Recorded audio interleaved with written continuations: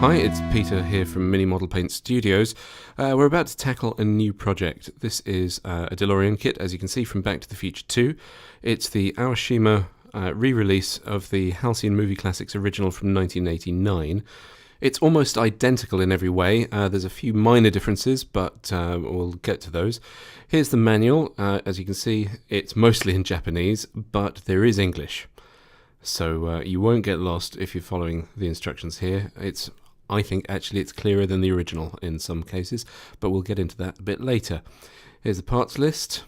As you can see, there's the body, the chassis, a sprue of parts, wheels, transfers, tyres, polycaps and grease, and apparently glue according to that, and some more parts.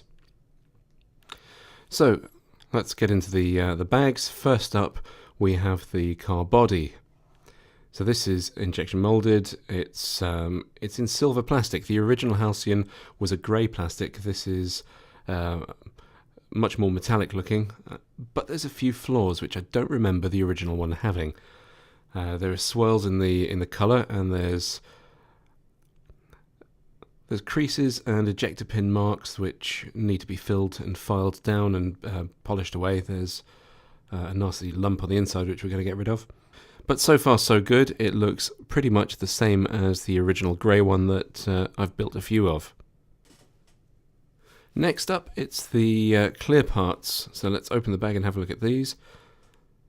Inside we've got a sprue with the windscreen. Having a quick look there seems to be some, is that a scratch or a moulding issue? Not a lot we can do about clear plastic with that. We'll have to live with it. We'll dip the whole lot in Future to protect it from any more damage. Other parts we've got on here, we've got the rear light clusters, the headlights, the handle for the time circuit control, flux capacitor cover, and that's the flight stand there. Now these two parts here we're not going to use. They are legacy leftover parts from the Back to the Future 1 kit. All of the clear parts are exactly the same from the Part 1 and Part 2 kits. And what we've got there is actually a dead piece of sprue from a Halcyon kit with those two identical parts. And look, it fits exactly right over the top. Proving, if it was needed, that this is in fact a reissue of the same kit. It's even got exactly the same moulded writing, 1/24th DeLorean, and the rest of the bits on there. Next up, next bag, here we have the chassis. There's the underside of the car with the holes where the flight stand fits in, and there's a gap there where the slider goes in to operate the flying mode for the car, where the wheels can flip down. Lots of detail to paint under there. It's pretty good. Now this bit, this sprue, is all of the internal parts to make that hover conversion work. So there's the slider and various arms and linkages. Other bits on this sprue are the black bits of Mr. Fusion and windscreen wipers and some steering column and steering wheel, and the backs of the wheels as well. So this bag has the little tub of grease and 4 Pirelli P7 tyres. Now the Pirelli P7 is the same tyre that was used in the original Halcyon kit, and is a tyre that is available for the actual DeLorean wheel. The Goodyear, I think, was the original 1981 tyre. But the P7 is a recognised alternative for that, and that's the one they've chosen to model for this kit. And lastly, the little polycap bearings, so the wheels will actually turn, and there's some grease. Next up we have 4 wheels, 2 small and 2 fatter, larger ones for the back, and they have the correct spokes and the correct nut design on there. The only problem is they're in this really ugly chrome plate, which we will be stripping either using bleach or Coca-Cola. And in the next bag we have the interior. This is the main tub. So here you have the cabin, the doors and the dashboard. Other details we've got on this sprue: there's a bit of Mr. Fusion. There's the control panel for the time circuits. There's a transfer that sits on that. Some pipework that goes on the engine bay, bits that go on the bumpers, and those are the diffusers that sit on the back of the car. And on the last sprue we have the engine bay cover, the firewall that sits in front of it, and that's where the flux capacitor sits. There is the flux capacitor itself. And other bits that sit next to it, there's the LED bar graph and some other odds and sods that make it look like it's doing something. Some fins that sit in the diffusers, and Mr. Fusion. There's a 1/24th scale Krupp's coffee grinder. And here we have the water slide transfers, the decals. These are identical again to the original Halcyon. They're a bit thick. They've got a lot of border, so we're going to use a lot of microsol and microset to make those conform to the parts correctly.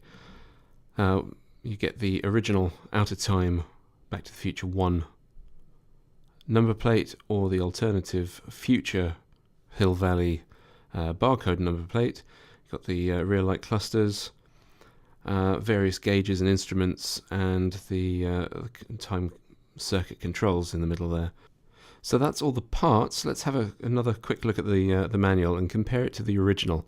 So on the left we have the Aoshima instructions in mostly Japanese, and then on the right we have the HAL 05 Halcyon Movie Classics Back to the Future 2 smaller format instruction manual.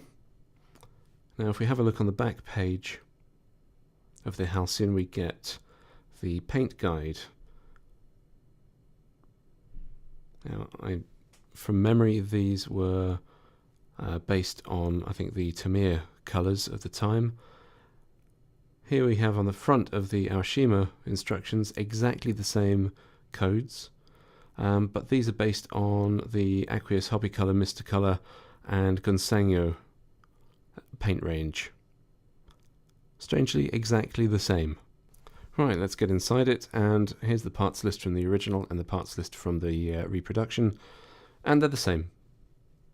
The layout's slightly different. What you'll see with the larger format is that there's more space for words, obviously the Japanese, but in the original it says there on part 1, watch front and back parts, but the translation is make sure the difference between front and back parts, or front and rear parts. That makes a lot more sense than just watch front and back. So as you can see, this is pretty much exactly the same as the original 1989 Halcyon kit.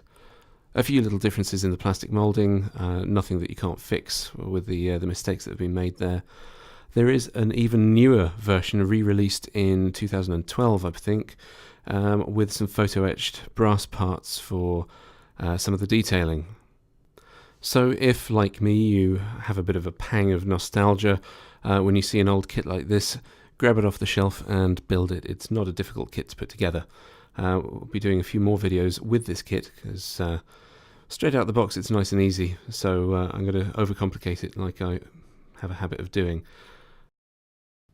And by overcomplicate it, I mean this. A few years ago I bought this lighting kit from Voodoo FX.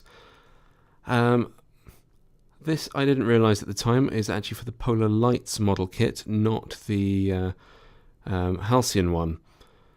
Polar Lights is a reissue of the Ertl AMT kit from about the same time, and is 1/25th scale, where the Halcyon and Aoshima kits are 1/24th scale. Shouldn't pose too much of a problem putting it together.